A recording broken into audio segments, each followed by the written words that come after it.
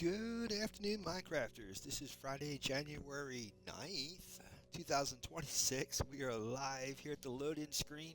I'm about to start World 17 for hardcore. This is not my normal survival world. Fridays is hardcore Friday. So World 16, I died to a drowned, to a trident. So hopefully today, this is the day. Brand new year, brand new world. Let's cross our fingers. So I'm gonna go ahead and start this and create it, and then soon as it loads in, we'll be surviving. So I hope everyone's had a good week, had a good New Year's Day, and ready for new possibilities. Let's see here, World 17. We'll be back Monday for regular survival, and yes, I will be continuing the flying basalt generator. I will be doing that because I'm going to implement that in my builds this year. So I will be diving into it. So by next Christmas, we'll be pros at this. Okay, World 17. We're going to do hard. We're going to do hardcore. And again, if you do that, that means if you die, you can't. That's it. The world's done. You have to start a new world. You could copy. Just putting this out there. I'm not doing it for the streaming, but just for your sake of mind, I always copy my worlds. So if you copy this world, even though it's hardcore and you die in this instance of this world, if you make a copy, it just leaves off to the last time you played. You know what I'm saying? So you technically, that's not the end of that world. You can just go back to the copy. Just in case, if you have something that you built and you're like, oh my god, I'll never have it again. Technically, it's still there if you make a copy. Just putting that out there. All right. Now for advanced, what I'm going to do is I always put in my coordinates, show the coordinates, so I know where I'm at in the world, and I show the days played. Ooh, wait, no, continue. And then go back to general, and that's it. And you hit create, and here we go. So as soon as this loads in, we'll be starting a brand new world. I always try to get a iron farm created as soon as possible. As soon as possible. Once you create the iron farm, it's a combination of an iron farm and a trading village in one. That way, all of your equipment, anything you need, plus the iron is all available from that farm. Plus, you can add more farms to it. So I don't know what other Minecrafters do, but that's what I do when I play in a world. I try to get the iron farm up and running as fast as possible. So the main idea is to get out and find a village. As soon as you can find a village, you just need two villagers, and then you can create the trading village within your iron farm. And then there you go. Let me just check the audio too while this is loading up. And I'm glad to have you guys here today. Test it 1, 2, 3. Test it 1, 2, 3. Testing. Okay. So the other thing is my phone, for whatever reason, maybe maybe it needs to be cleaned. The volume controls are not responding as fast as they should. Here we go, guys. All right, World 17. Oh boy, we're in a desert and a mesa. Okay. I need to find tools. I need to find a tree. Because I can't make tools without sticks. Oh, there's trees in the distance. It looks like a, what do you call that? Savanna. Or a jungle. Oh, that would be nice if it's a jungle. And hopefully we don't die crossing that thing of water. Maybe there's something over here. Oh, thank goodness. Yeah, because hardcore, if you play normal survival, you kind of take things for granted. Oh, we got horses here. You take things for granted. Um, the possibility of dying is not an issue when you're playing normal survival, but in hardcore, things are like ramped up. So what you would think is trivial in normal survival is very serious in hardcore. Um, how I died in World 16. I was in a cave. There was a drown because there was a body of in the cave. There was a body of water, and there was a drowned in that cave. But I wasn't anywhere near the drowned. The drowned climbed out of the water, found and had a trident, found me and killed me. Yeah. So if you play survival or hardcore, you're gonna run into that. It's crazy. It is absolutely nuts. See if I can. All right, get some more wood. Be careful of gravel because if it's nothing underneath of it, you step on it, you could actually fall into lava if there's lava underneath. Be very careful of sand, lava, gravel.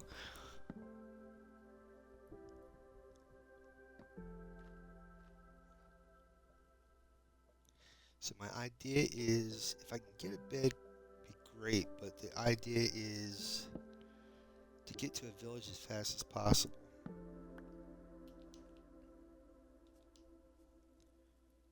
See if I can make some tools. Definitely need a pick and axe. There we go. Make life a little easier. Gonna need food. One cool thing is when you're near a body of water, you can actually just dive in and go after a fish without a fishing pole. Just go after it. That way you have food.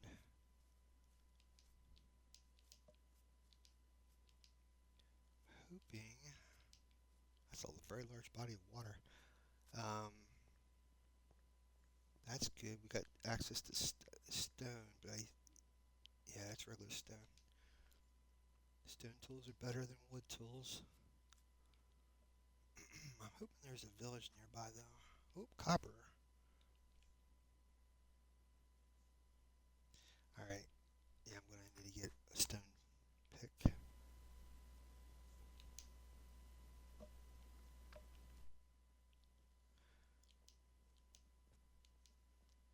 Okay, what I should do, because I don't see a village nearby. Let me see if I can get to the top of the hill, because daylight is our enemy, or time is, I should say.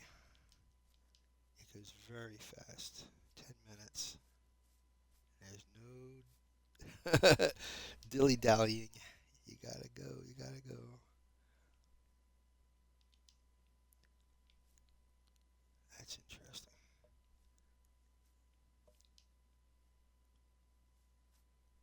Just curious what's down there.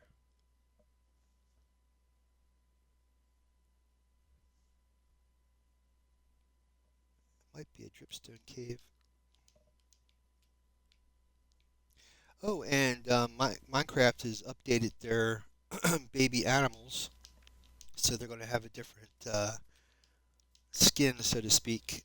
So, like baby chickens will actually look like chicks. It's kind of neat. If you look at the latest Mojang announcement for the next, actually, it's a new preview. So it's a new preview and snapshot, so you can actually play it, I believe, and see the new variant of baby animals.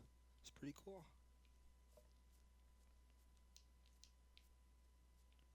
I think there is no village up here.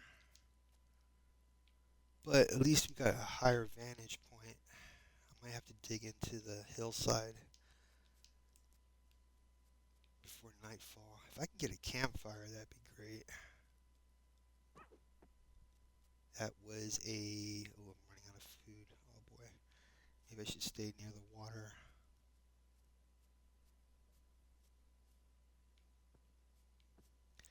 I know there's pigs and stuff. Sorry about that. My microphone.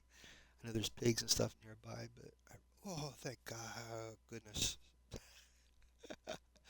Try not to keep saying that stuff too often. I have a bad habit of doing that.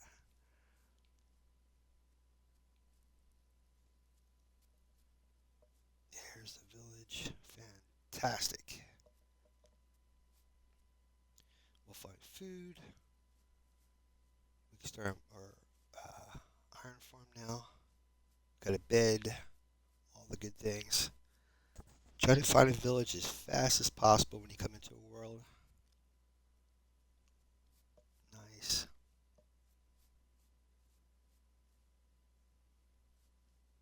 Hate to take this poor guy's beats, but getting low on energy here. I can plan it back. There you go.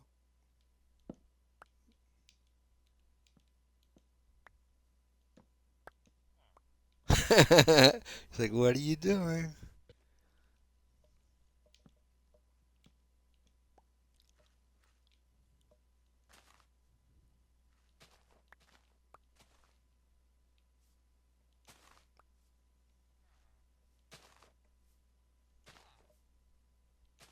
Just That's my way of saying thank you.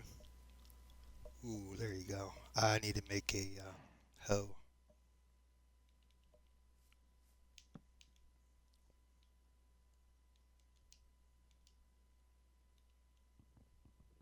Uh-oh, that's not a good sign. Heard somebody make that noise, either getting hit or they fell. Now we got tons of bread. A lot of times, when the world uh, is created, a lot of times weird things like this happen. So the villagers, when you get close, Minecraft is made up of chunks of 16 by 16 and 256 high and 256 low, and they each section of those little platforms or sections, blocks, which are called chunks, or group of chunks, are on pause until you enter those areas. So these villagers, just like we're first entering this village, so are they, technically. And path blocks is how they figure out how to walk around this area, their own villages. Path blocks, which is this light green colored pathway.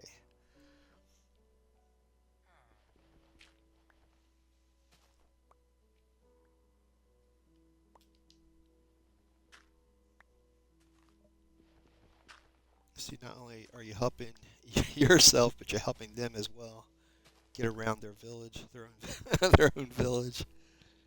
See what kind of goodies are in here. Bread, yes, we need bread. We need that. Here we go. I'll put this stuff in here for now. All right. Normally, in a regular survival world, you want to click a bed as fast as possible. That way, you'll respawn. Oh, it's getting near nighttime. You respawn near it. Oh boy, he's going to be taking somebody's bed. There you go. Also, zombies, they can break through a regular wood door. So if you're going to be living in an area that is prone to zombies, try to put an iron door or a gate that will prevent them from breaking in. Oh, there's an iron golem. I hear that large footstep. So these guys are protected. But you try to light up as much of the area as you can because any dark areas, mobs can spawn in and harm your um, villagers.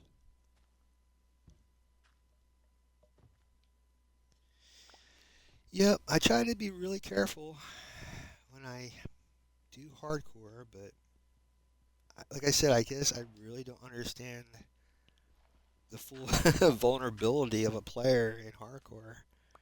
What you take for granted in normal survival, it's pretty dangerous in hardcore. Nice, we got a blaster furnace. That means this is an armorer um, workstation. The tool bench is for tools, of course. The cutting stone or sharpening stone or grinding stone is for weapons. So when you find those villagers, that's the stuff you need for your trading village. Well, that's what I use for my trading village. So that way, um, when I'm going somewhere, I need tools and stuff. That's where it's at. A lot of time you'll run into this situation where the farmer has these little water holes, and like I said, the game when it renders in has all these little, like, I don't know what you call them, unfinished spots, or I don't know. It's hard to explain, but I think you get the gist. So you don't have to repair this stuff. It's just that I have a lot of how can I put this? I'm a little anal retentive, meaning that like obsessive compulsive about things being a certain way.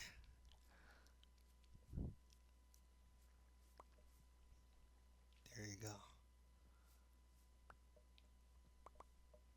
It's just the way how my logic work is um, if you can put a temporary patch in it right now, that way it doesn't snowball in the end. If you can understand that logic, that's the way I look at it.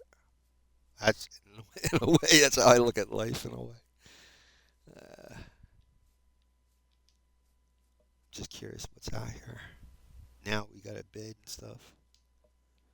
I'm going to have to map this area out. More than likely, I could probably put the iron farm out here, right out there. You got to be at least 100 blocks away from the village. So that way, if you have a trading village in the iron farm, they don't try to latch onto the beds over here at this village. So you got to be at least 100 blocks away so they think it's a brand new village. All right, so I guess I'm going to have to make a platform out there to build a new iron farm.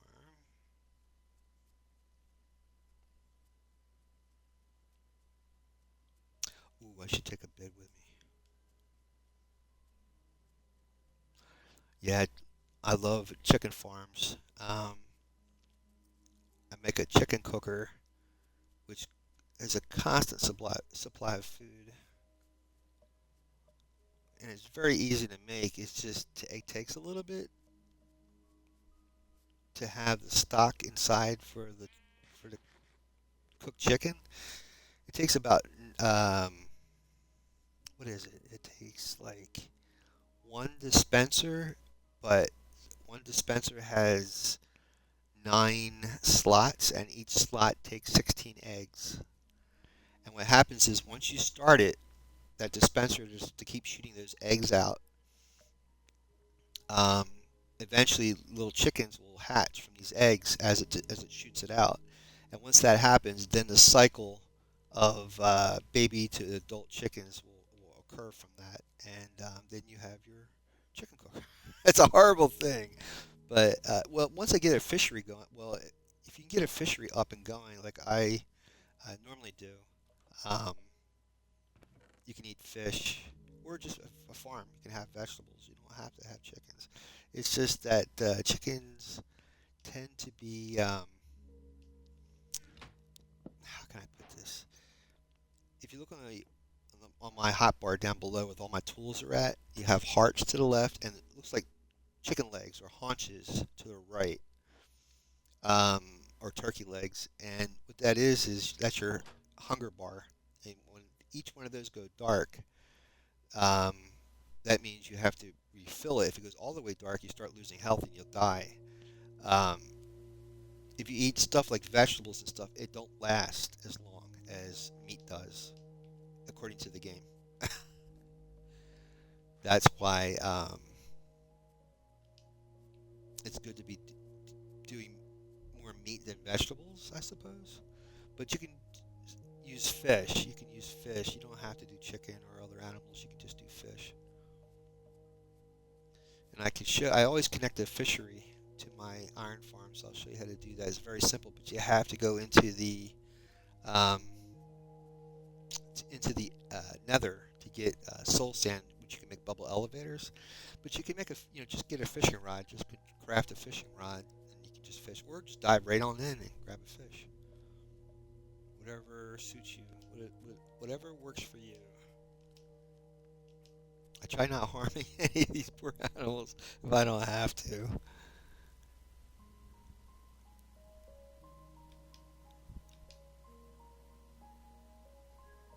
Now the other thing is, now there was a village behind us that we were just at, so we got to kind of make sure there's no other village near here before I actually create this platform. But I think we're going to be okay because I don't see if you can't see another village, then you're definitely 100 blocks away.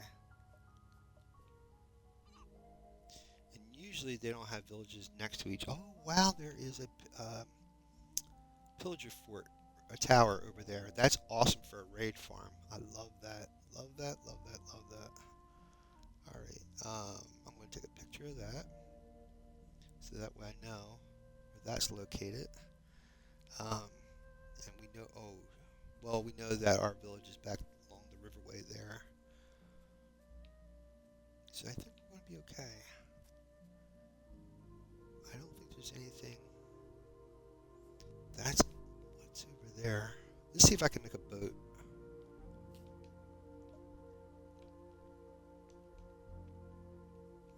Looks like something like a, what do you call that? Like a portal. Looks like a portal over there. Should be able to make a boat. What the heck? There we go.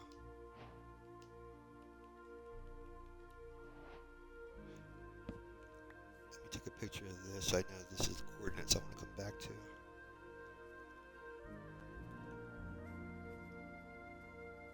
Maybe it was just rocks or something that made it look like it was something odd. Oh, it's the mesa. Makes things look more square than they normally do.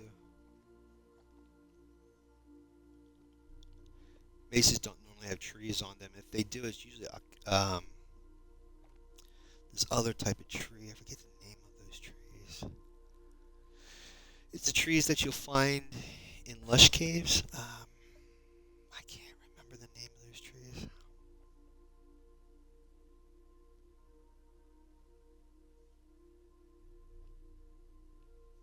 I always like these mesas. The colors are pretty.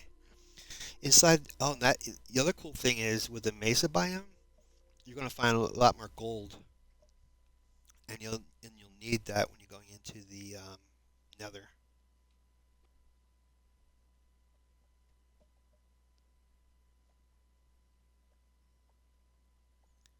I just wish I remember the name of those trees. I'm gonna have to look it up so you guys have good info. And in fact, there is a way to make a farm just using that type of lush cave tree. And I think there was a way where it could be like an actual away from keyboard type of farm. Uh-oh. I didn't realize this thing forked off. That's not good. Well, let's grab a little shut eye first before something bad happens.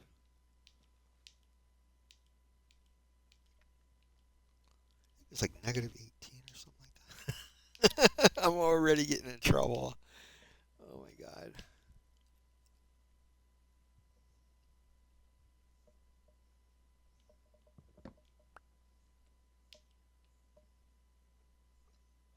Where? Yeah, there's the drowned.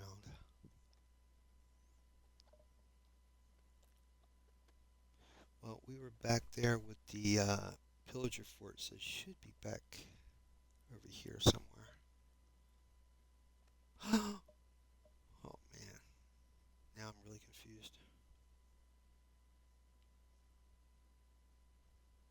Hopefully that's the one I saw originally, but I'm closer to it.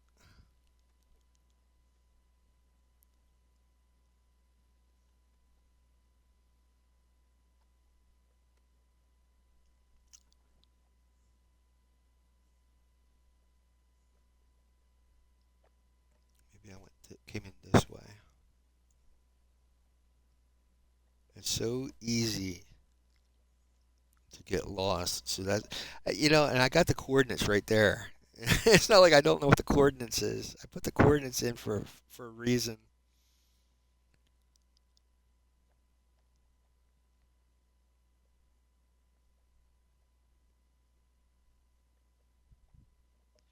Keep going back. We should run into the village. Yeah, here's the village. Boy, oh boy. I'm curious what's down here now. Let me see if I can grab some of that sugar cane too. You'll need sugar cane for sugar and to make paper for maps. And they only grow along the water or near water, I should say. Um,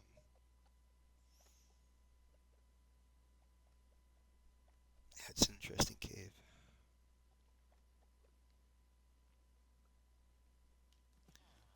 So try to get them started as fast as possible too. All right, what I'm gonna do is try to dig in. There we go. I don't want to dig into a hole near here because I don't have torches to light things up. I don't want these guys to be in any danger from mobs. If you make a dark hole, you're going to produce mobs, and then you're in. If you're near a village, like I said, if you're not near the village, then everything's put on pause, and then they're safe. But if you're in that village, or if you cause mobs to spawn while you're in there, then they're in danger. As long as you're not in that village, they're safe. But at the same time, this is already dug out for me. It's a little dark though. That's not good. I need to make a furnace. Let me see. That's why it's better. Oh, where's coal? Be very careful of the gravel. Boy, this is really not good because something could spawn really quickly. Let me see if I can make some torches before. My idea was I was going to make a furnace and then break up some wood here and throw the wood in the furnace and you'll have charcoal. See if I can make some torches. I need some sticks. Wow, you can't. I guess. Oh yeah, because you need a crafting table to make the torches. Huh. Well, that's pretty odd. I can't have at least one torch. I know I only got one piece of coal.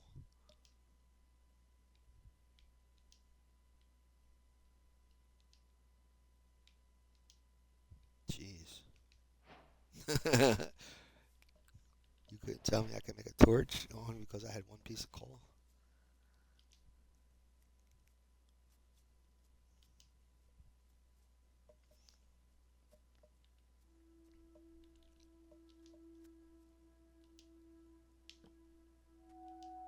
I know I was telling you guys don't step on this stuff, but uh oh, see that's what I'm saying. There's more coal in there.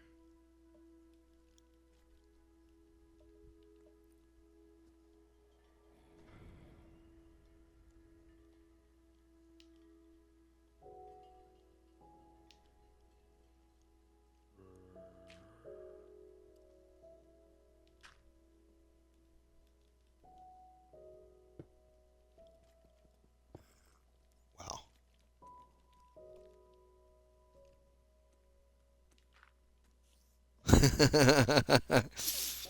Yeah.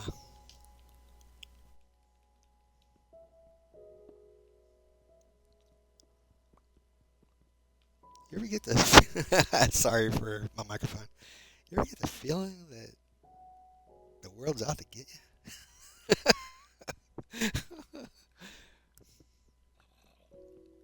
Always reminds me of Halloween when I hear those noises. When I was a kid, there was a Disney haunted house record, and it had all the sound effects from the haunted mansion. And one of them was just a Halloween sound effects. It was really cool. Kind of like what you're hearing right now.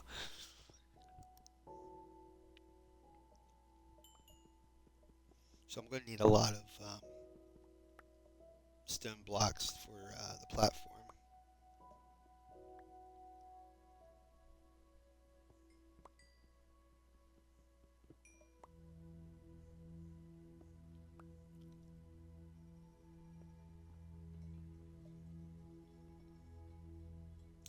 Yeah, I don't have a clock, so if it gets dark outside, that's not good either.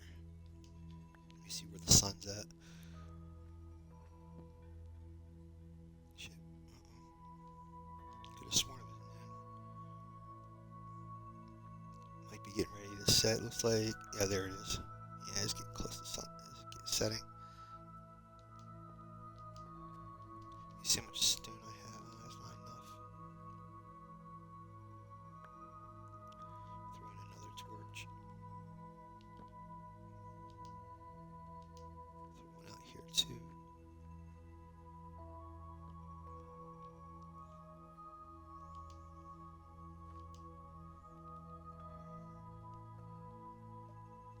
And again, I'm probably going to need some of that cobblestone for tools, stone tools too.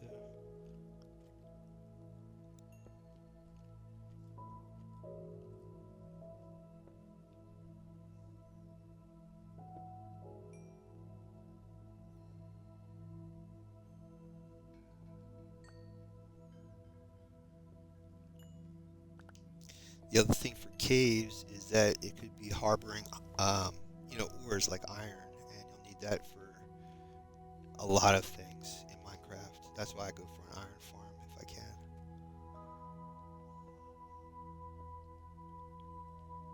So much stone I can get before nightfall. I need to make a. Well, you know what? We're gonna need wood.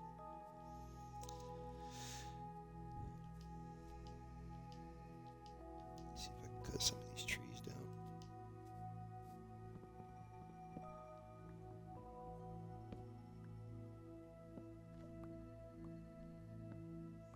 As the leaves break, you'll get saplings and sticks for tools and stuff too. You can go ahead and break it yourself, but it'll naturally do it once you disconnect the trunk from the leaves.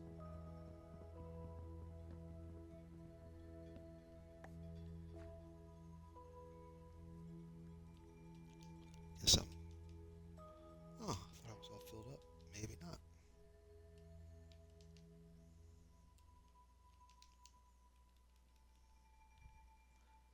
Try to put back what you take.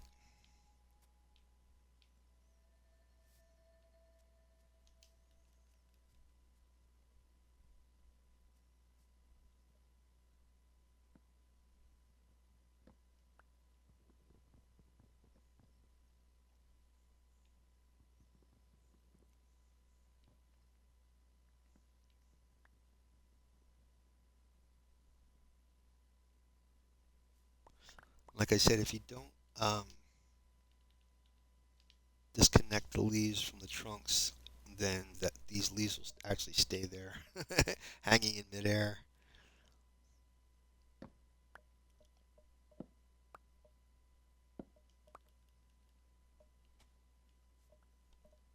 See, grab that bed real quick.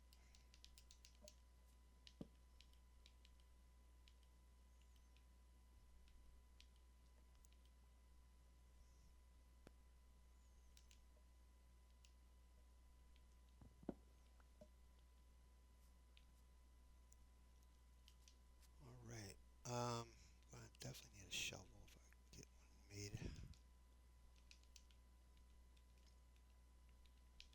Should start getting some stone tools too. Be good. Get that. That.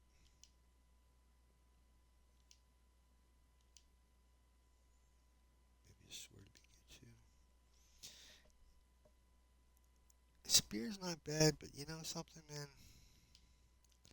I haven't really.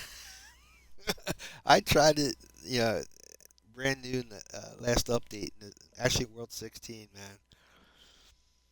Yeah, I guess I need more practice with how to use it.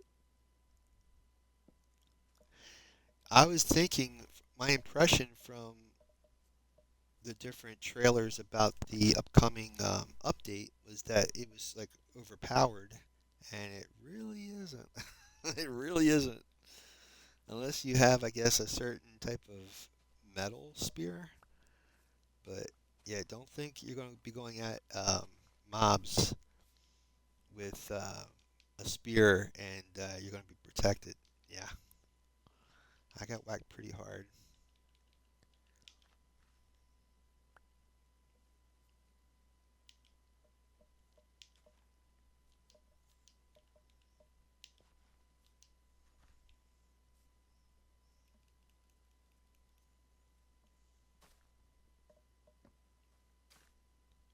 Now, it's great if you have a horse and charge at them, but you got to strike them at a right spot with a spear. If you don't, it's not going to do any damage to the mobs whatsoever. So you have to actually get your crosshairs exactly where you want to whack the mob with as you're riding on the horse. All right, what do I want to do? I want to get more stone.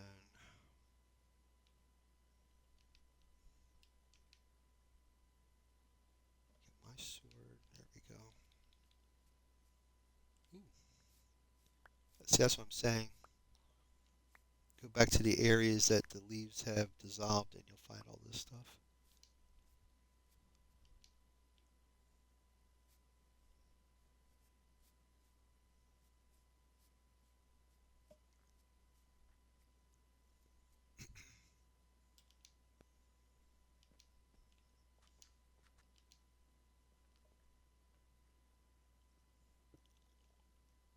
Oh, let me finish out this wood pick so I don't get all the use out of it I can.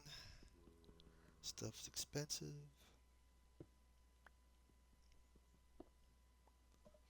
And the idea too is not only are you mining for stuff that you need, like resources, but you're actually making a pathway into other areas that you want to explore.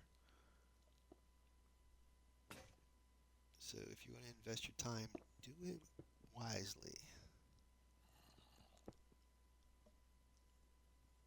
Now, since we know there's a cave there to beyond that those dirt blocks, as long as we dig down and close to it, we can see where it bottoms out, where the bottom of the thing is. I need to make some more torches. There we go.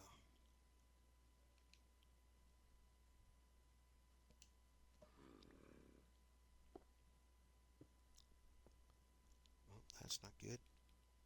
Oh boy. I need to.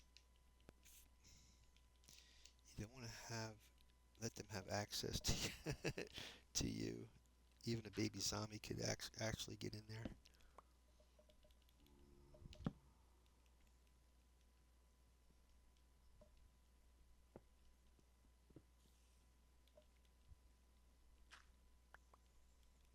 So again, my idea is to go alongside of this opening and then find out where the bottom is.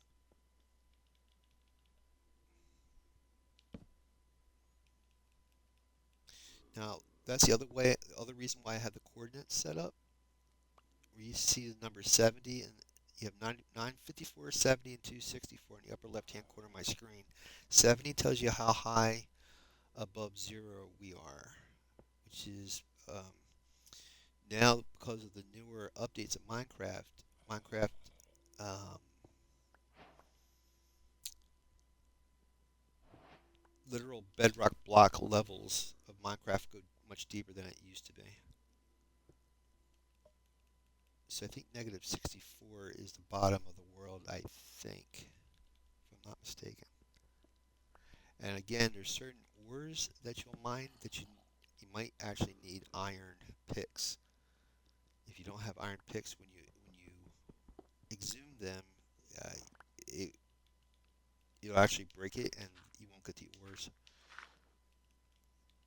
So I think copper, coal, you can grab with stone pickaxes. Even iron, you can grab with stone pickaxes. Everything else you need iron or diamond.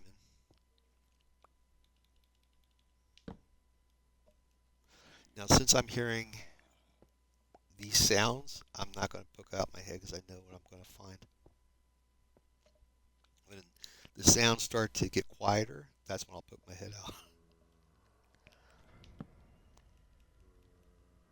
Now, again, since I don't have a clock on me, I really don't know if it's nighttime outside. It's usually 10 every 10 minutes.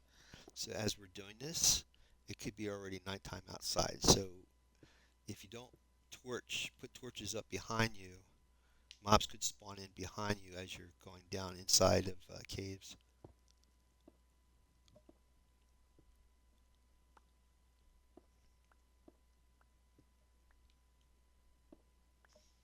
Now, the other reason why I dig down, not only to get ores and building blocks, but you could actually find a stronghold. You could find um, lush cave. You could find trial chamber, ancient city, just by simply digging straight down. But you don't, never dig straight down underneath of you. Just dig on an angle like I'm doing, because you never know. You might be digging into an actual cave and fall into lava, or just fall, die of fall damage. Now, once it starts getting a little quieter, I'll poke. See, that's what I'm saying. See what I'm saying? How this thing just drops out. So what you can. That's why you bring extra blocks with, or the stuff that you've already dug out. Look, there's coal, and I gotta be careful because there could be some mobs right here. If you light it up, oh, there's some iron. See, this is where it gets really dangerous because it looks like it's safe, and as you start digging, something will come out behind you. Unless I have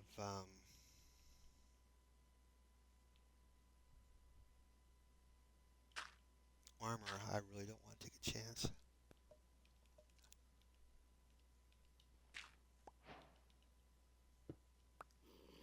See what I'm saying? See what I'm saying? Oh man, darn it!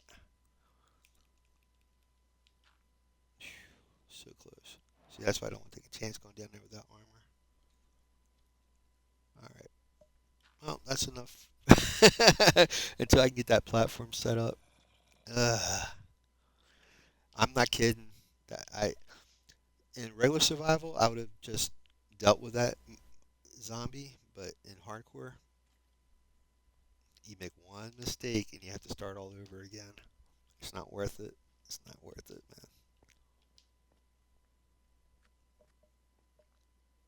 man. All right.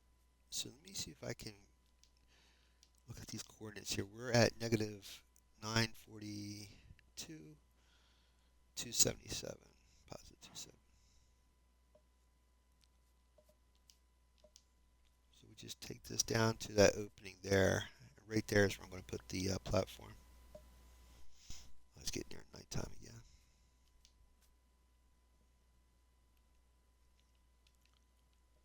Get out some food. Now the spiders, that's a cool thing because you can get string from spiders, and you'll need that for fishing, for making bows. If you kill a skeleton, you'll get bows and arrows sometimes. So a lot of good things come from mob farms or a cave like that has different mobs in it.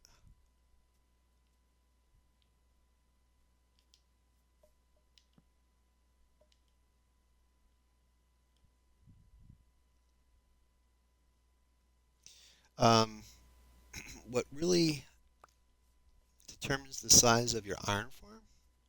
Uh-oh, there's a mob. I need to make a shield, but I don't have iron. They got armor on, so sunlight. Oh shoot! That was a creeper. Hopefully that wasn't my villagers.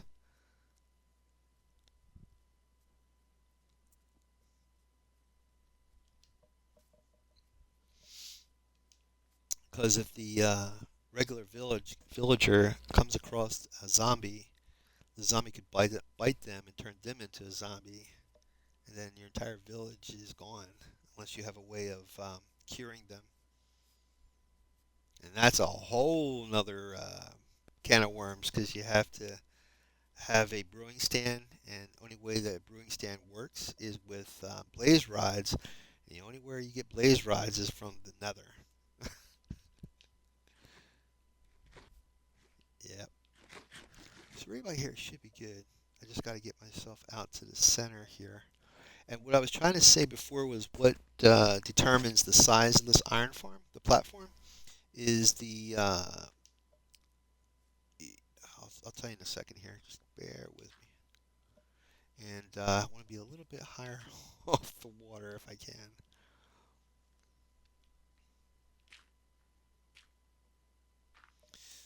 Um, so in the center of the platform where the iron golems spawn, it's a 3 by 3 by 3 hole, and you want the water to come from the edges of that platform to that hole. So it's usually 8 blocks that water will flow evenly before it stops flowing.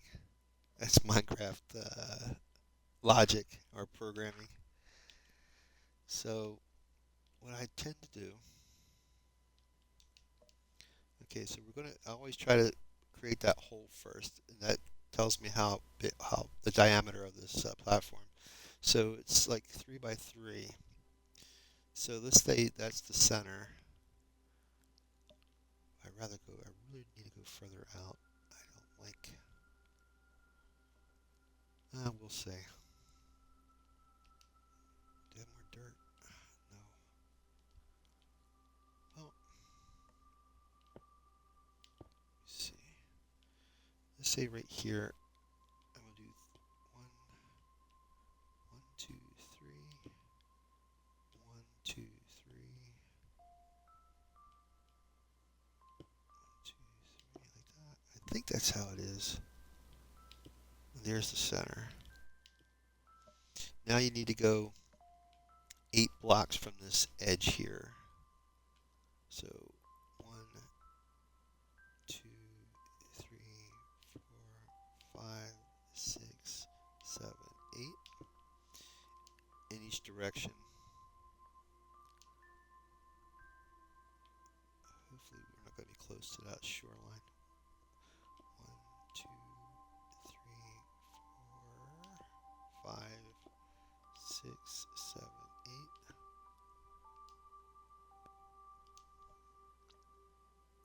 And what I could be using is half slabs to save resources. 1, 2, 3, 4, 5, 6, 7, 8. You get the point. But I'm doing. I'll mute it so you don't hear me count.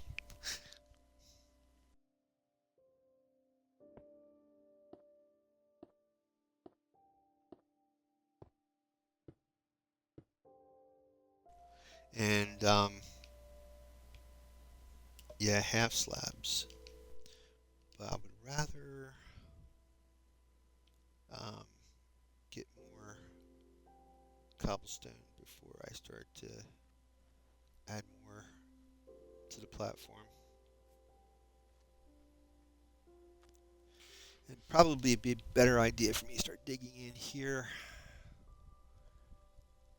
because I don't want to be going back and forth all the time. Oh, there's some. Oh, wow. What's that?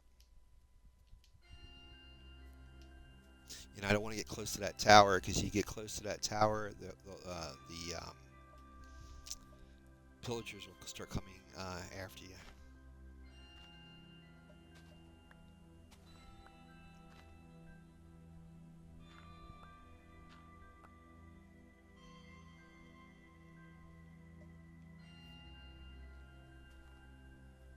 Interesting. You never know, man. You think that it's solid all the way down, and then there's that.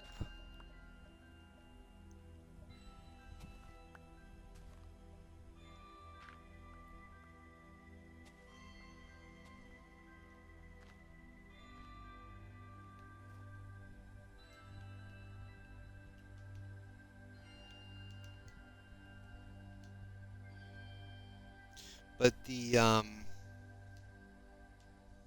flying basalt generator, I know it's been an issue.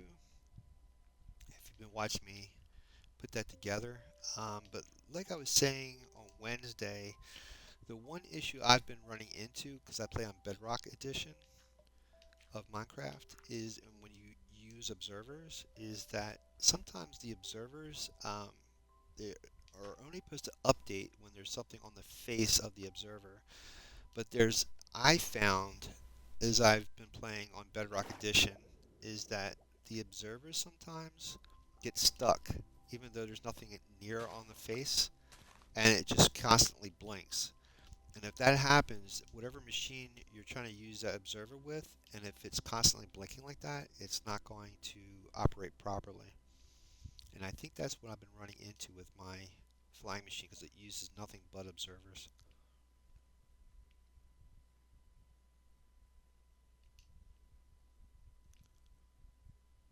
Pretty cool.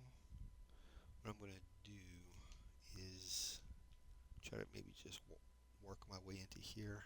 Maybe go down.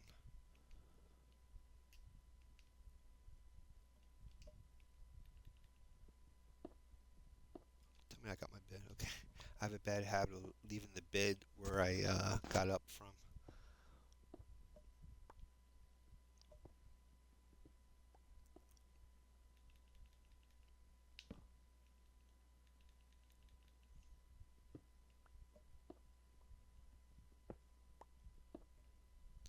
But the idea of the flying machine, though, it's very handy because, like, if you're, there's a lot of areas in Minecraft that has giant gaps, and the only way you're going to traverse those is crouching and putting one block at a time to cross whatever area you're trying to cross. And if you can make a machine like a flying basalt generator, it's not. You don't even have to do a basalt generator. You can actually use water and lava to make cobblestone, like that type of generator. So there's different variants of it. I'm trying to figure out here. Okay, I guess I should mark it for craftable. That would be helpful. Let's make some wood, make some sticks, and make some tools. There we go. Yeah, I really should make a bonfire. I think we're gonna be okay for now. Famous last words.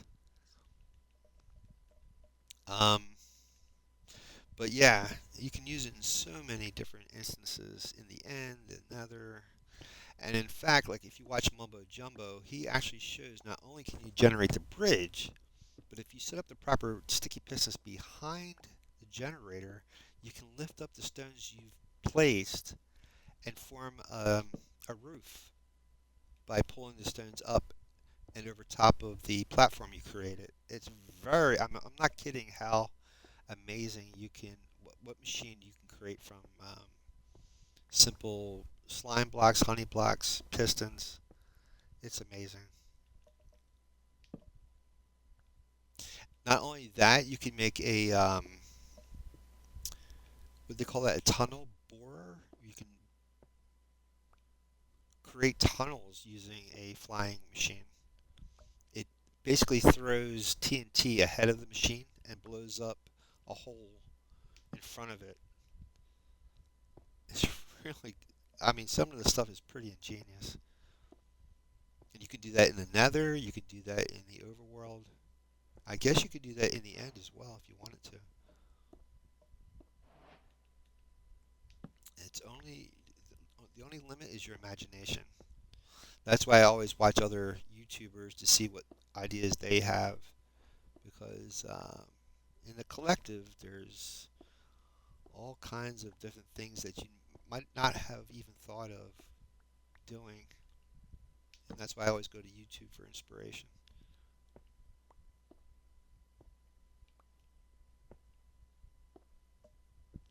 Now, if you look at my coordinates, we're down by to like level 33, so we're getting pretty close to zero. And if you go on Google, look up where different ores, at what levels ores, like veins of ores, are present. And diamonds are usually down towards the bottom.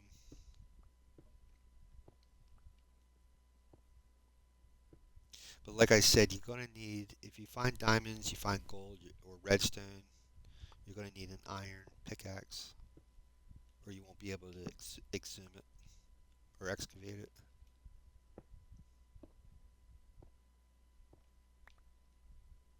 I'm always fascinated what could you run into digging into these caves. You never know. You just never. Now, if you want to know, you can go to chunkbase.com, plug in your seed, which is the if you go into settings, uh, or if you don't know, go to Google, look up settings, look up seed, Minecraft seed, where it's located in your UI and your settings. And when you go to chunkbase.com, you just simply put in that seed number, and then anything in the game, it'll tell you exactly where every single your villages, tells you where everything is in your game. So if you don't want to be surprised and you are in a hurry, that's your best option. But Mojang has been kind of combating that by actually having cartography, excuse me, cartography villagers produce maps to show you where other villages are at, ocean monuments, all kinds of things. So Mojang's been getting more user friendly with in-game aid, I suppose. I don't know I don't know what you want to call that. A help.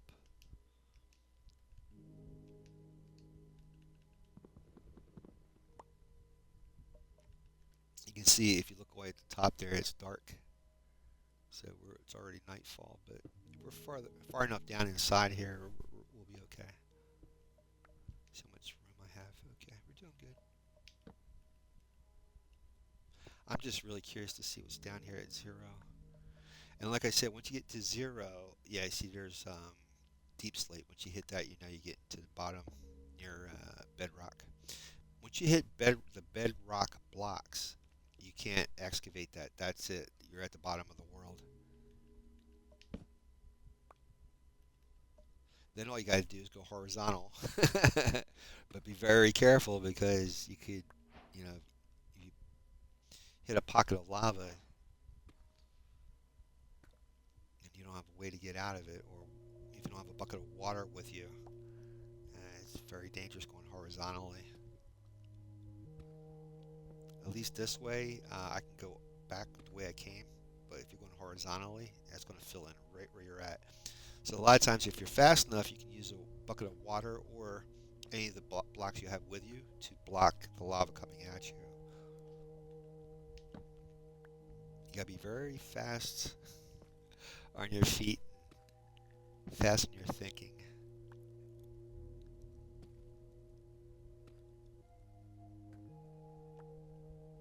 Okay, now we're down to -2.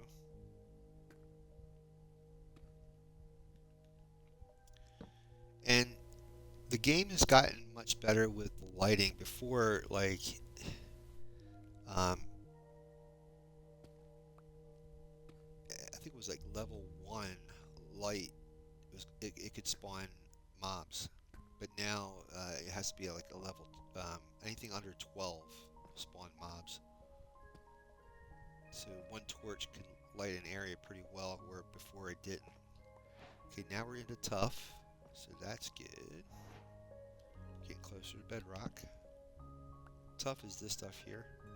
And now Mojang has set it up where there's better designs to be used with tough for decorations. I mean, really nice looking stuff too. Makes it look like pillars. It's really cool. Capstones.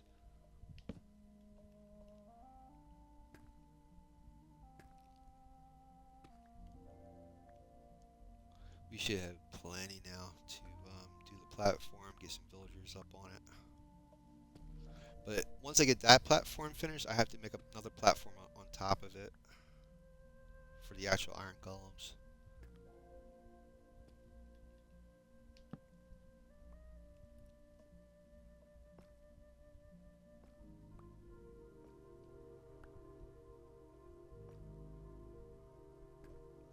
Now with Deep Slate, you can't create stone tools with it, unfortunately. You have to use cobblestone.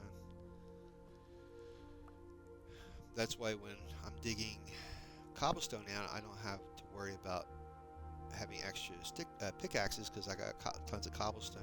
But when you're doing this with Deep Slate, yeah, you could easily run out of materials for tools.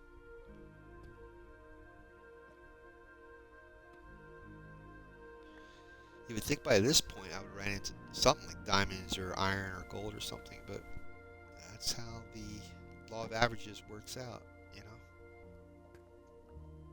But again, if you go to chunkbase.com, put in your seed, it tells you where everything is located, all the diamond ores, all the... I'm not sure about the ores. But I know it does, like, places. It does tell you where all the places are at. I don't know, but I have to look that up. That's a good question. I don't. But if you Google it, like where ores are located in Minecraft, it tells you on average what levels they generally the veins will sit at. And with my luck right now, it's absolutely not along this path.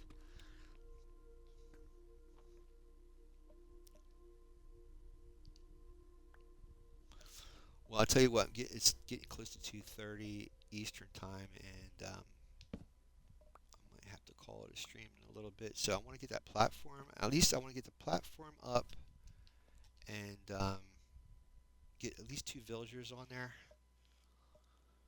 So that way, next week when we come in, as I'm building the rest of the farm, the villagers will be producing more villagers for the trading farm. And that'll be moving along. We're going to have to eventually find a portal. I'm going to have to get diamond tools so I can pick up obsidian. Yeah, it's a process. Hey, at least we found a village, man. A lot of times you won't find a village that close by to spawn. Boy, that's some good timing. It's just sunrise right now. See if I can. I don't want to be that close to that opening when I lay down. So let me throw this down and throw the bed down.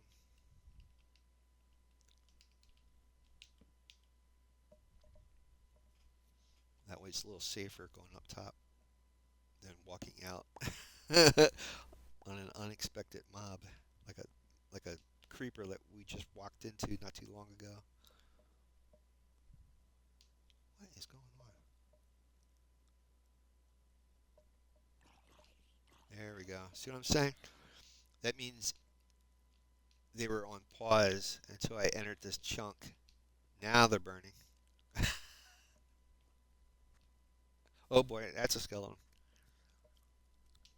You could easily die. See how my hearts went down? I got no armor on me whatsoever. And it's daylight on top of everything else. Yeah. Respect the hardcore, dude. Respect the hardcore. I got to throw some torches on the outside here so we don't get jumped. Oh, he's over there. Okay. Well, you can stay over there, bud.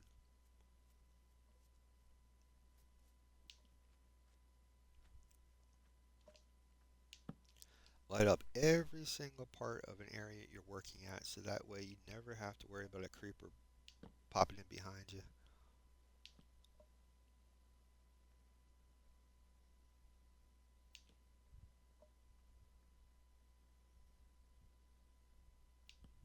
Alright, I just got to make some slabs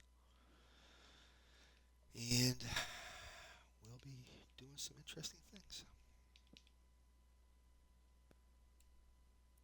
Try to use as much of the other material outside of the cobblestone if possible because you're going to probably need the cobblestone for like furnaces, tools, all kinds of things. See if I can try to cut across here and make the corners.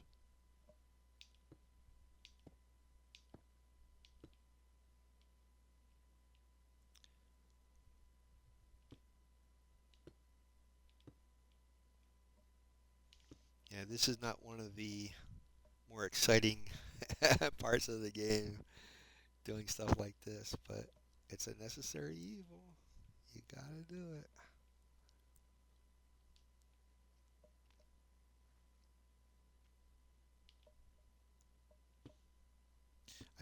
I'm playing on my Xbox, so I can't play music in the background. I mean, I can for myself, but not for Twitch, so that you guys can hear it, so it's not so boring.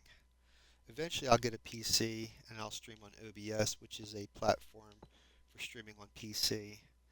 And then OBS allows you to put music, any type of media you want as on your stream, add it to your stream as you're streaming. So it makes your audience it entertains your audience while you're doing really incredibly boring things like this. For me, it's meditative, but for you guys, it's like watching paint dry. I know. Trust me, I know. When I go to find streamers to watch, yeah, this is the part where I fast forward.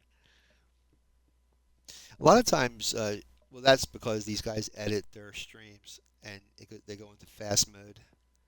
But what you're watching, like stuff I upload, is all live. It's just live. It's not. It's raw video. No editing. It's just pure raw video. Eventually, I'll start getting to editing and stuff. I just, the older I'm 58 years old. The older I'm getting, oh, the like as my age increases, my motivation decreases. That's the thing. And what I'm trying to do is keep that motivation going. It does. It really does. I've been finding a lot of things that keep. Oh boy! Don't tell me he's gonna come up here. Well, it's sunlight. Unless he's wearing armor or leather, he can't hurt me. That's why it's always good to put a fence and a gate, because you never know. Like a creeper could walk up here. See if I have any wood.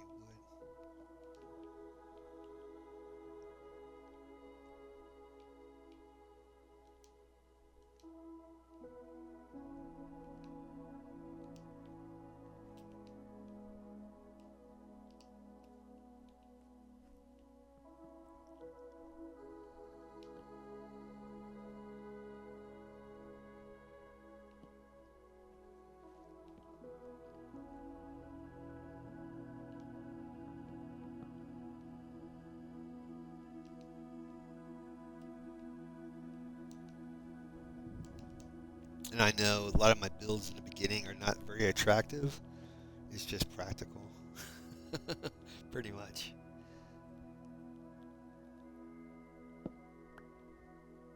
It's more function than form. It's what materials I have on me at the time.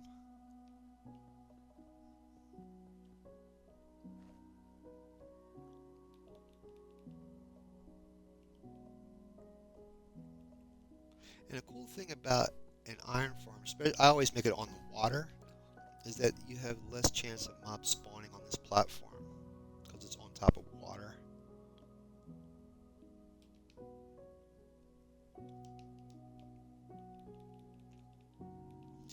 If you're new to Minecraft and don't understand what an iron farm is, you're probably at this point saying, "Thank God he's finally getting to the point." An iron farm is basically in a village in the game of Minecraft. You have to have at least 10 villagers and at least 20 beds in a village for villagers to create to naturally create or spawn or call for iron golems to exist. So what an iron farm is you're tricking villagers. It's horrible. It's a horrible thing to say, but it's true. You're tricking villagers into creating golems. And how you're doing that is on this platform, the villagers will exist, and there'll be another platform on top with water that the iron golems will spawn on. And because there's water on top, and they pretty much come into existence on top of the water, it's flowing water. The water pushes them to the center where there's a thing of lava, like right here in the center. They fall into the lava, and then we get their iron from them. So we get like I think a couple of ingots of iron from them. So instead of going into a cave and mining for iron ore, you're basically having villagers create iron golems that you will basically get the ore from them or the ingots from the actual golems. Not only do you get golems from this farm, you're going to get poppies, which the iron golems also carry with them when they perish. Poppies and which is like a red flower, and sometimes, unfortunately, cats will spawn because they're villagers. If there's at least 4 beds in a village, cats will spawn. Um, if you don't want the cats to die in the same trap as the golems, you have to domesticate a few of the cats. And once that happens, the cats will stop spawning in the farm. But the cats, when they die, uh, they produce string, and string is a big commodity when you're first creating the world. But if you're like me too, you don't want to see that happen, then you just domesticate a few of the cats when they spawn, and then it'll stop cats from spawning in this farm. But I'm telling you, in the beginning, you might need some string. For fishing, you don't like you can use a fishing rod, but you can swim down there and go after the fish yourself. But you got drowned down there. The drown will kill you in a heartbeat. In a heartbeat, especially hardcore, they'll kill you in a heartbeat, and they'll swarm like a swarm of bees. All mobs will swarm you. That's why it's always good to have armor, shields, potions, all kinds of good things. I guess that's all my slabs. I really don't want to start using the cobblestone, but I might have to. See if I can get any more slabs from my other stuff. There we go.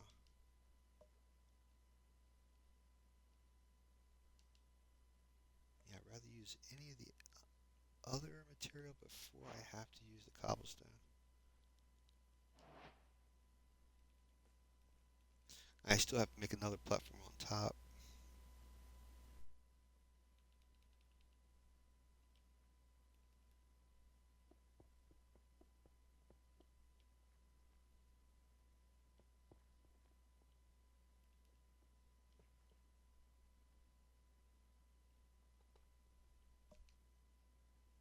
See how fast you can go through your inventory of building blocks, man.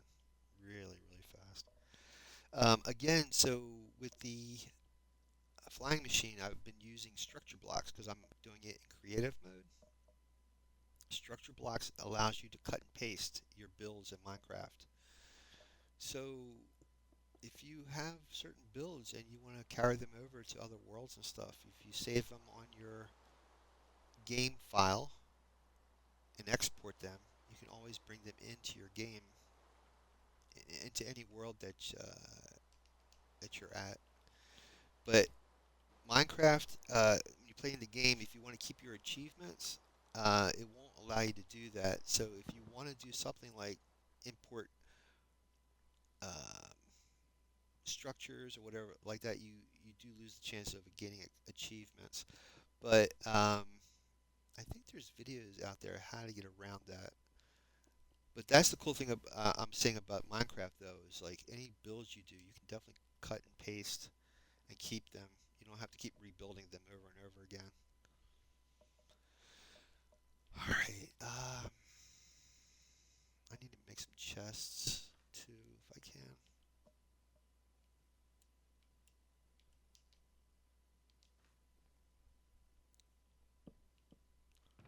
Put all extra stuff in here until I am ready.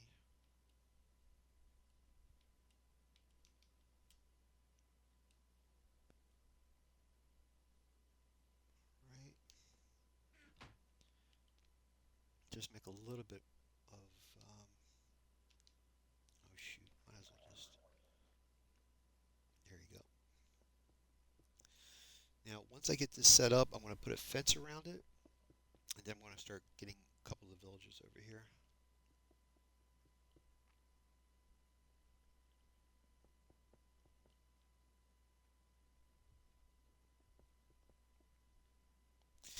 The other problem is I don't have a bucket, and yeah, I'm definitely not jumping in the water for this. Thank you. You need a I need a bucket because when you start transporting villagers with a boat, there's going to be areas that you're going to need water, and having a bucket with water makes it much easier.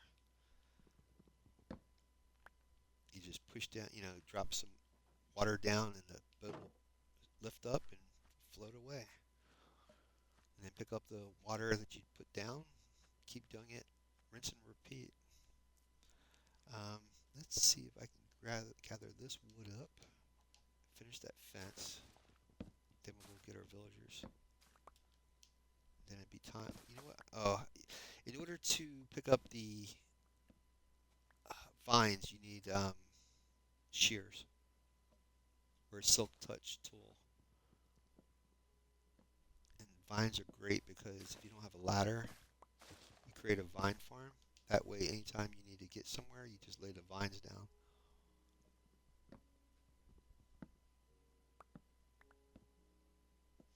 You might not think like right away you're gonna need stuff like that, but I'm telling you, just like when all of a sudden out of nowhere we're down in the caves and stuff pops up, that's the time you need stuff like that. That's why they call it survival. You always got to think ahead, think a couple of moves ahead of what you might need.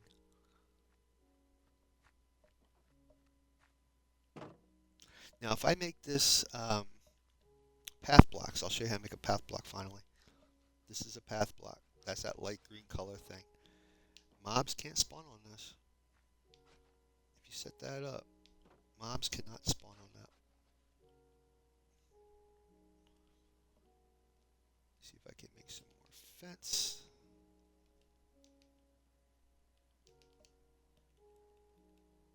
I'm gonna put this extra building stuff in here for now. My space is limited.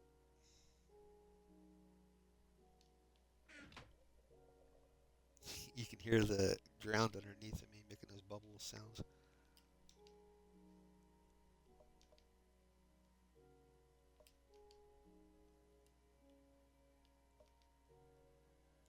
Alright, now I should have enough to make a couple fences.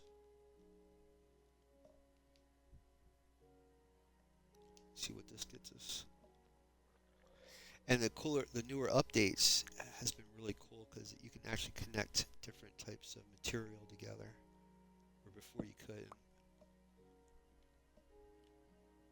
Even like stone walls and stuff, which is really cool.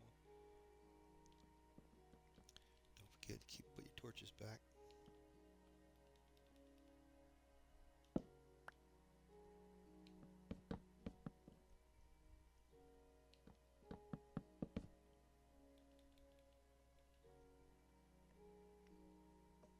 That's why I leave certain things up so I know where the center is and stuff.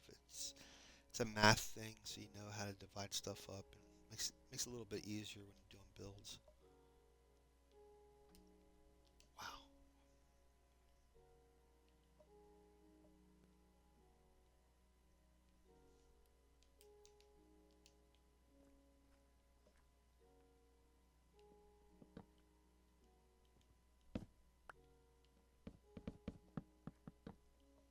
And the other thing is, what tend to do after I get the iron farm set up is make like a base under the iron farm. So it's like a storage area where all the stuff that you get from the farm goes to be stored, and that gets a little neat too because you can add all kinds of things in there too, which is really cool. So it's like a modular type of construction.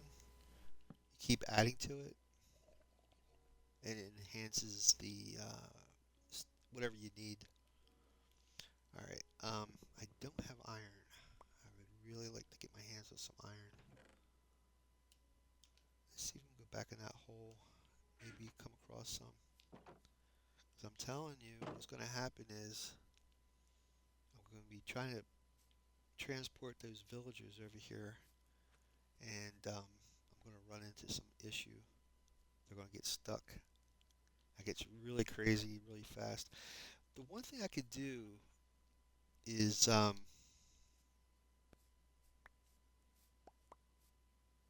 that's the stuff that dropped from these leaves. I could get their workstations and have them just follow me to where I need them to go. Do I have my boot? Yeah, I could do that. Because once I get two villagers over there, that's it. It'll work. Then everything is just natural from that point on versus doing what I'm doing right now, which is like very frustrating. It can get frustrating to no end.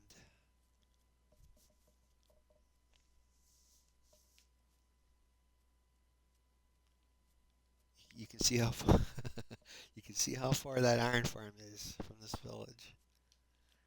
That's why it's always good to be having a waterway connecting the village to your iron farm. That way, it's easy to transport the villagers. That's where a creeper blew up. See, that's the concept of a chunk. See how the creeper had blown up? It usually takes 5 minutes for items to despawn, and we haven't been over here for more than 5 minutes. And see how I came over here and they were still hovering? It's because that was in a chunk, and until I got back into that chunk, the timer was on pause.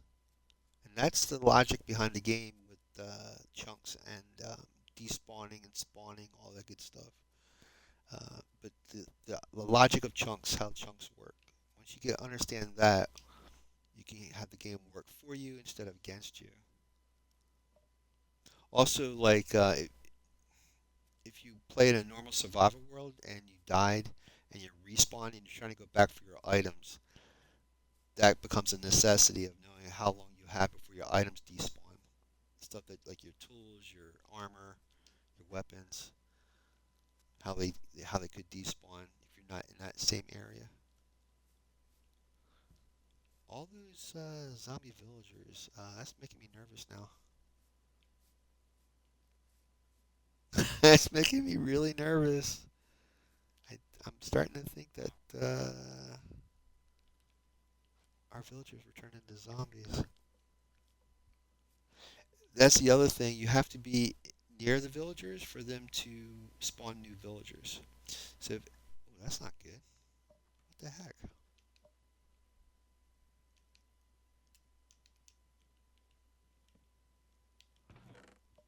Oh, wow. I wonder if that's blank. Yes, I think that's blank maps. Ooh, check that out. Interesting. But the thing of it is, once you pick this up and look at it, it it's going to write into the map. You got to be very careful before you pick that up because once you pick that up and look at it, it starts to fill in the map. The thing with a compass is, of course, it points always north in the game. But you can combine a compass with an empty map and turn the map into a locator map, which basically means you can have an arrow, like a GPS, you can have an arrow on the map, which represents you, and where you are in the map or in the world, which is very cool. That's very unusual to see that stuff in a chest. That's pretty cool. The other problem is these villages, if they don't have proper lighting, yeah,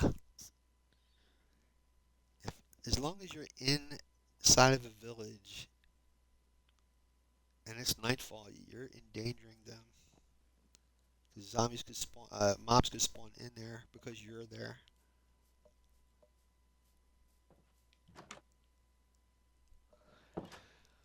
All right. I hate to take these guys out of here because then these guys are not going to have new villagers. I'm going to try to see if I can get these guys to create new ones. You have to feed them in order for that to happen.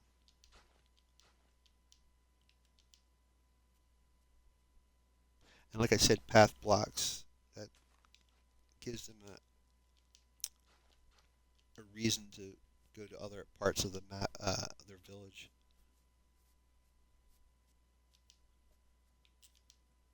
I'm starting to think there's a couple of zombie villagers were the guys that were from this village, I think. What villagers will tend to do, that's why you need to put a perimeter around the village. They'll wander away from their village. And let's say you walk away, then they're on pause and they're away from the village.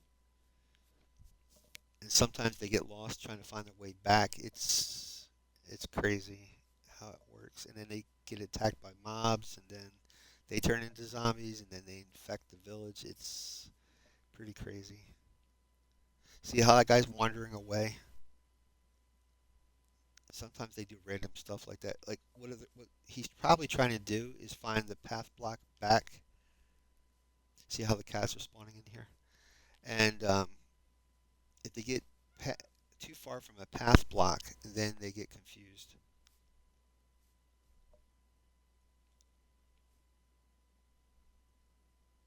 I really would like to have a few baby villagers in here before I take these guys out of here.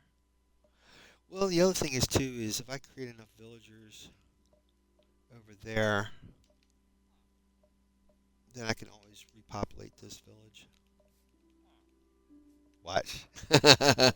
He's like, oh no, you're not. All right, my friend. Unfortunately, you're going too slow. Be nice if I get another guy in here. Oh, so let's see what he is. Well, as long as you don't trade with them, they will see how that guy was originally a farmer. Now, maybe I don't know. Never mind. I'm gonna steal your workstation, my friend. I'm sorry. Might have to be a cartographer now. There he goes. So once you trade with them, they lock into that job, and it will always be that job. I should get another bed too. I'm at it, but now I got him in the water. I don't want to take a chance of him dying. So per villager, you need a bed and a workstation in order for it to be a working village. Always, always, always, always. But for this iron farm, as long as you have 20 beds, all you need is at least 10 villagers. You have 20 beds, 10 villagers, it'll be a working iron farm.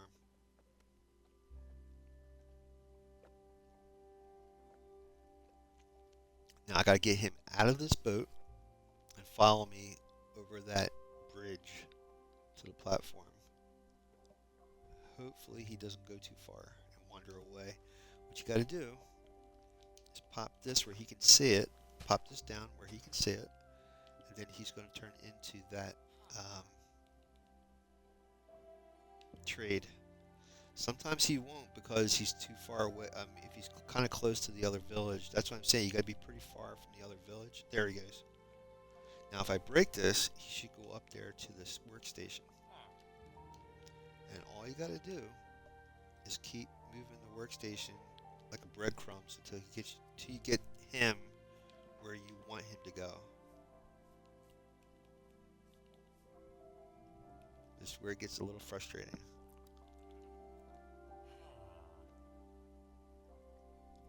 So what you can do is put a boat down.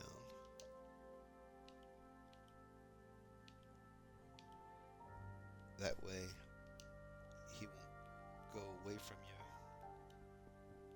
you. It's like rinse and repeat.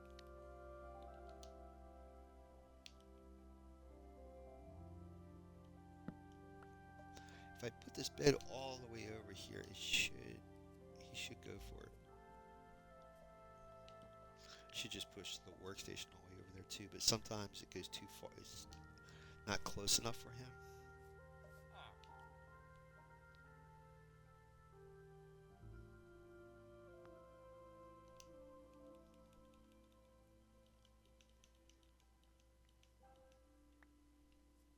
The other thing I like to mention too, I think these are like, no, they're not jungle. They're savannah villagers. But the cool thing is like a jungle villagers, they have like this like leaf type of hat thing that they wear. It's pretty cool. All right, buddy. Sometimes you just have to,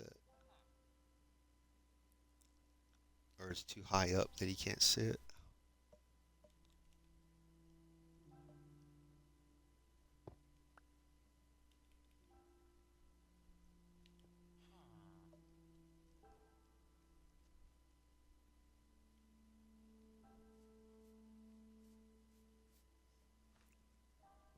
Yeah, maybe the bed was too far. And that's the other thing is too is that the let's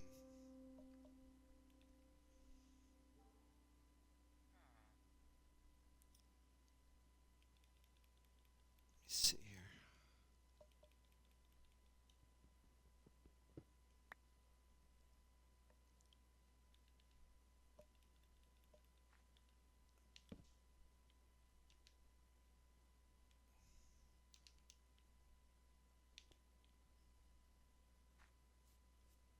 If I can get the boat here and push him up, it should work.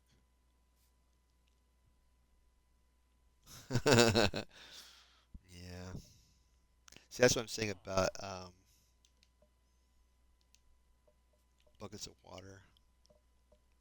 I'm going to have to put dirt blocks down so he can actually. You can't put a bed down on path blocks.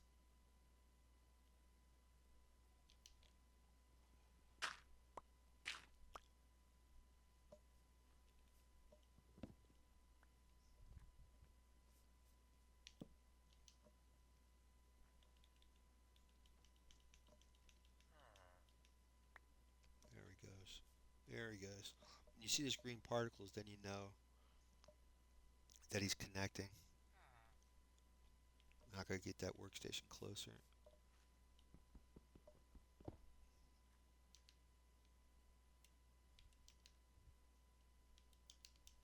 Don't go. See what I'm saying?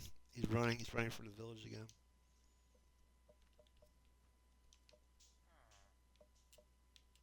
It can get so frustrating.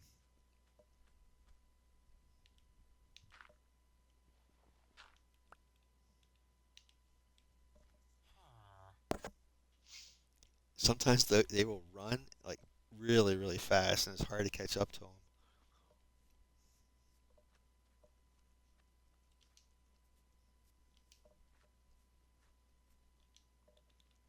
Now, when nightfall happens, they will definitely go for this bed really fast if it's in their if it's close to them enough.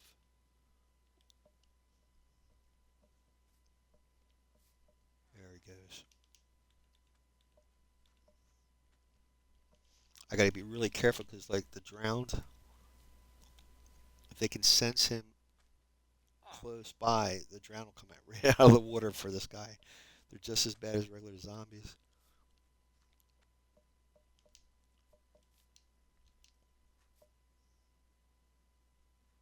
Uh-oh.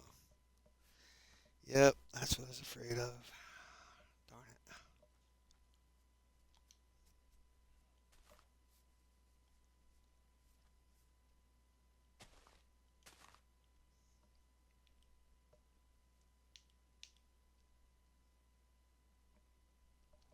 See, there's the drown. Yep. And when nightfall happens, that drown will come right out of the water.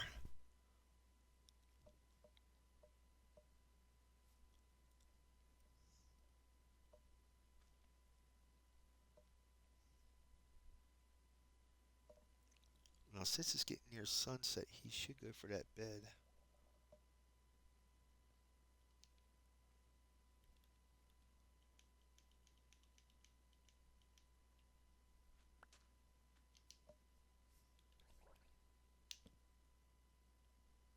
There he is. Oh no.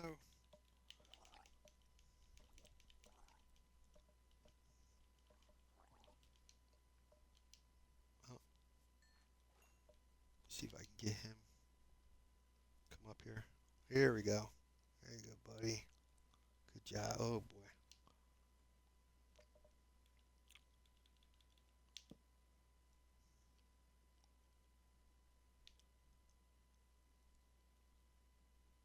There he goes. Just shut that. He's in. I'm telling you, I wish there was a easy way. Like I could say, just do this and it's gonna work. It's different for everybody, but on average, it should work this way. It should work out. If you use these ideas, they should work for you. But it's never a guarantee, man. It's never a guarantee. Now, he's good to go. I really need to get a bed for him. I need one more. We're going to do this again. One more time, and then it's all done.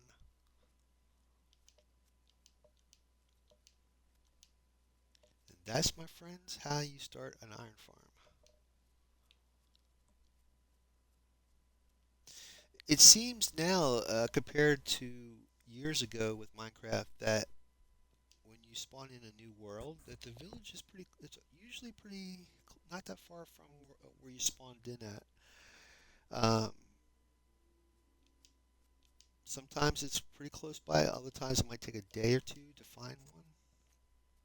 So that's where it gets a little dangerous, and you might have to find a bed, quickly, unless you dig a hole like I do, or go into a cave.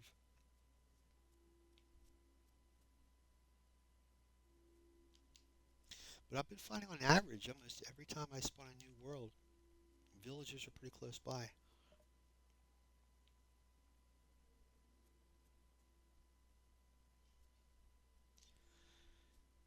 I just feel bad for this village though that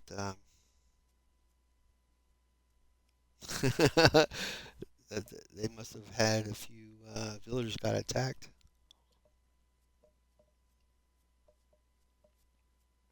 We'll get back into shape once I get this iron farm up and running.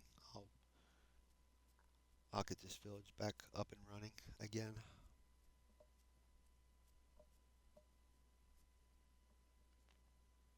See, like the golem, how for whatever reason, he's stuck. If I had a lead, I could pull him up, get him moving.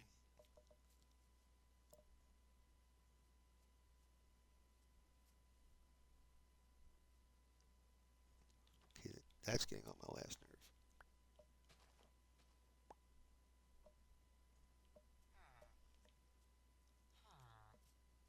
It seemed like there's only like 3 or 4 guys here. All right, I'm gonna take this guy here. See, that's great. It's a brewing stand, but the problem is you can't use it until you have a blaze rod. Sorry, buddy. No, you're not gonna like this, but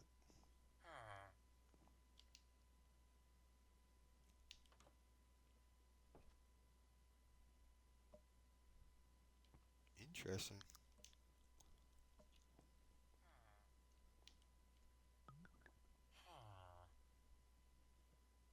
It's usually not that hard to get them in the boat. Wow. I don't want to break that glass because if you break that glass with a regular tool, not a silk touch tool, you're not going to get it back. It shatters the glass. There you go, bud. We'll get you a new space in no time, my friend.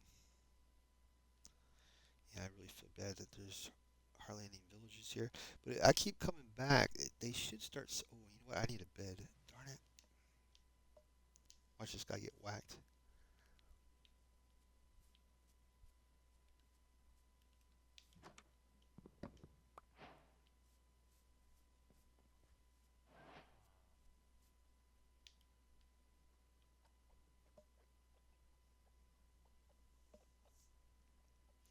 And that's all you need to do. I should have actually. Well, what I'll do is I'll create a composter. If they create a new villager, that'll become the farmer for this village. Usually, the farmer of the village will give them food, and then they keep.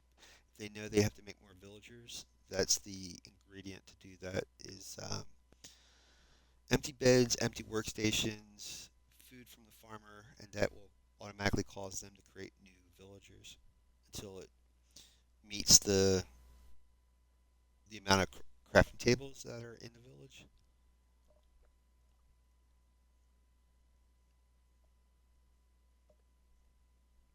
Once I put the base, like once this iron farm is up and running, I'll put a base underneath of it, and then you won't see the floating, the floating platform. That's odd.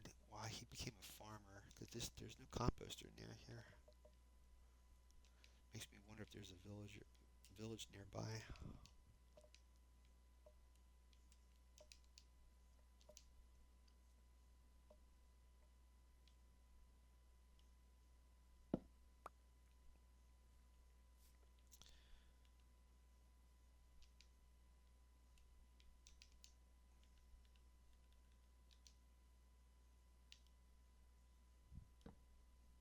Oh, that's not good.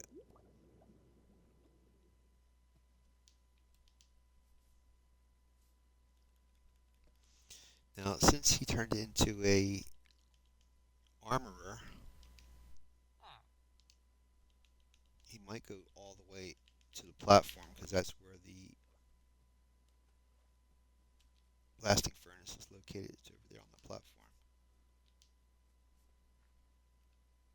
If I put these two beds over here, he should come over here. Here he goes.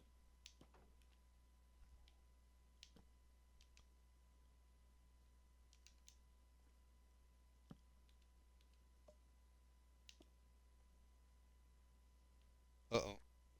He took. Oh, he's taking off. We got a runner. We got a runner. You get back here. Where do you think you're going? It's your home. You're too good for your home.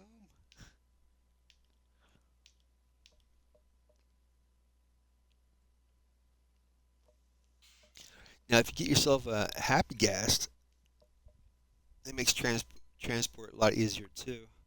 Also, once you get some nether portals, you create a nether hub. It's easy also to transport villagers anywhere in the world. But it's a process, you know. You need to get started somewhere. And this is where you get started. This is ground level. All right, but I need to get an axe.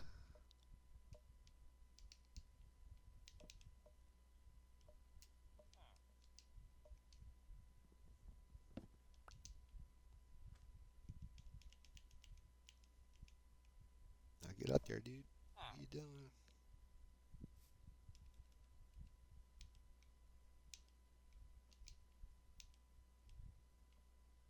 You should be. Yeah, there we go.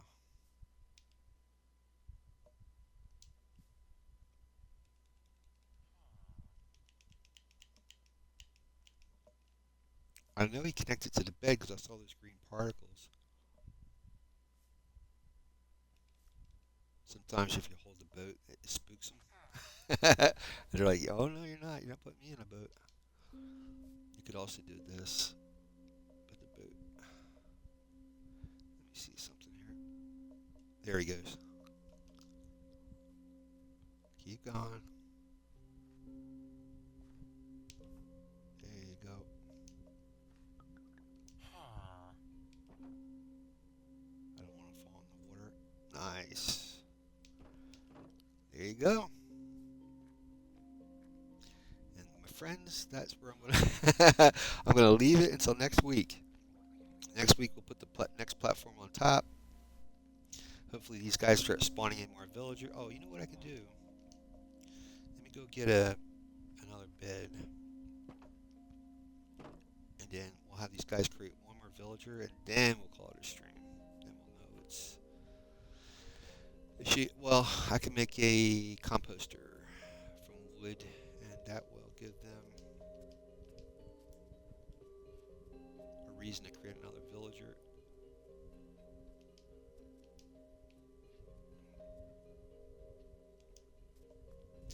And eventually I'll have extra villagers that I can bring back to here. So this village won't become an abandoned village. A while ago, when in original Minecraft vanilla, you could run into abandoned villages, which is, oh, I got no bed. I got no bed. This is not gonna be good. This is not gonna be good. It always happens when I don't have a bed on me.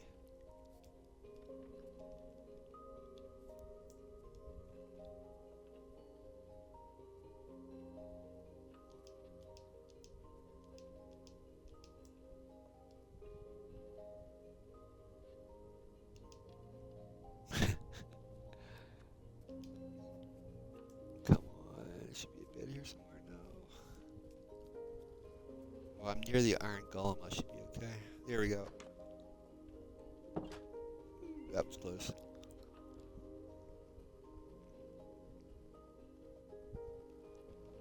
Okay, I'm gonna take this bed and we'll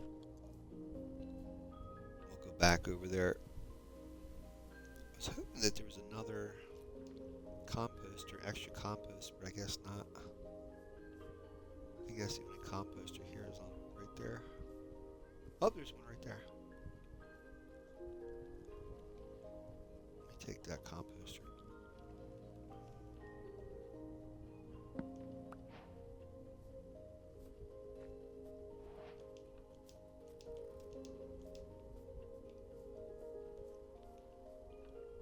Throw a torch in here too, make it safer. How you domesticate cats is with COD. So if you go, whoa, holy moly, where's my golem at? I wonder if he killed my golem.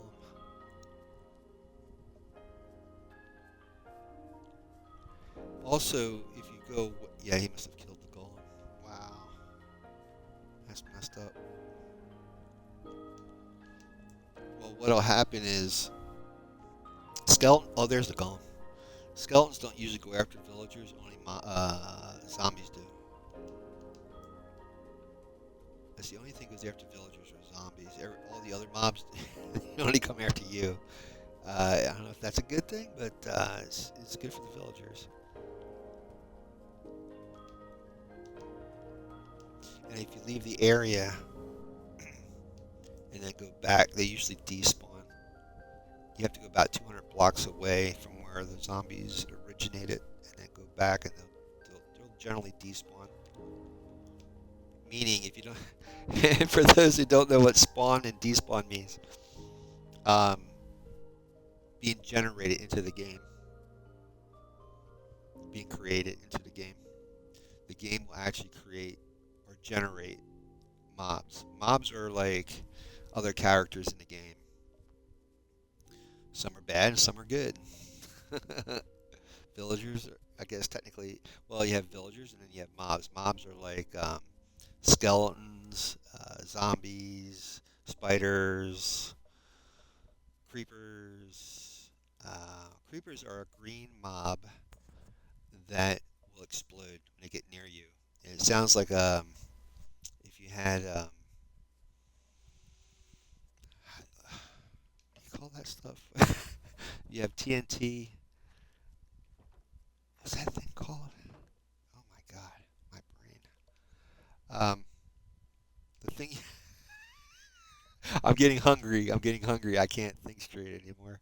Um, when you have TNT or dynamite and you're going to blow it up, there's a cord, a string that goes to the dynamite, uh, and it makes a sound when you light it, and that's what the creeper sound. That's what the sound the creeper makes when it's ready to explode. That's how you know it's right next to you. Now, since I have this here, if I give them food, they should um, create another villager. How you do that on on the Xbox controller, you take the D-pad and go down on the D-pad. You pick an item on your hotbar. Use the down key, arrow, and then that drops whatever you want to drop from your hotbar. Hay, bread. You make hay out of the hay bales, and then you just simply create bread. Wait a minute. Wait a minute. What? Why is that the bales increase? I don't know. Oh, I understand. It's saying that that's how many bales I could create with all that hay. All right, so you basically drop that at them, and then you wait for it. Usually around 2 o'clock, Minecraft in-game time. Minecraft. There you go. See the hearts? If you give them enough, they'll and you have an extra bed and workstation, they'll create another villager. If you have a farmer, like I have a composter here that'll create a farmer, he'll automatically keep giving the villagers food. Instead of you having to give them food, the farmer will give them food. And it will happen automatically. And that's, my friends, how you generate villagers and how you get the iron farm started. So for every bed and workstation you have, they will generate another villager. And there you go. World 17 up and running, my friends. Hopefully we don't have to worry about world we don't have to worry about world 18. So we'll be back next Friday for this world, and then Monday will be our normal survival with the flying basalt generator. And I'll go more into the structure blocks on Monday, how to use that, how to delete using the structure blocks, how to take a big section and delete it. Um, so all that will be done on Monday. Let me see if I find you guys a raid. And that, what I mean by raid, for those who don't know, is I'm streaming on Twitch, and on Twitch they have a thing called raid, so you can actually join another already live stream in progress if they allow it, if the other streamer allows it. And that helps their stream out too because you're bringing your viewers into their stream and vice versa. So we have Melon, we have Dima, we have It's Knight Rider, Dane. Oh, BBS Pros. He's one of our followers. All right, BBS, and I'm now a follower of BBS. So we'll be in BBS's room in a little bit. And we'll see you guys back on Monday. If you check it out, he's wearing a Marge Simpson blue wig. It's awesome. All right, let's start the raid. I will see you guys back here on Monday afternoon. I have Twitter, I have YouTube. Check out all that stuff for any updates and all my live streams going being posted. Have a great weekend, you guys. Thanks for being here.